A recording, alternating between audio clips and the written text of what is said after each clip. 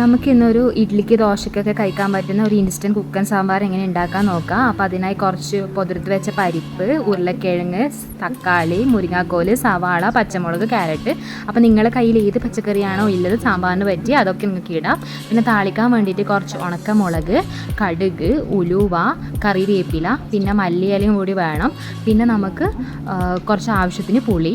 ഒരു കുക്കർ എടുത്തിട്ട് അതിൽ നമുക്ക് ഈ പരിപ്പും പിന്നെ എല്ലാ പച്ചക്കറികളും ഇട്ടിട്ട് കുറച്ച് വെള്ളം ഒഴിക്കുക. വെള്ളം ഒഴിച്ചൊന്ന് മിക്സ് ചെയ്തിട്ട് അതിലേക്ക് കുറച്ച് മുളക് പൊടി, മഞ്ഞൾപ്പൊടി, കാശ്മീരി മുളക് പൊടി, സാമ്പാർ പൊടി, ഉപ്പ്, കായം, പിന്നെ ആവശ്യത്തിനുള്ള പുളിയും ഇട്ടിട്ട് നന്നായിട്ട് മിക്സ് ചെയ്യുക.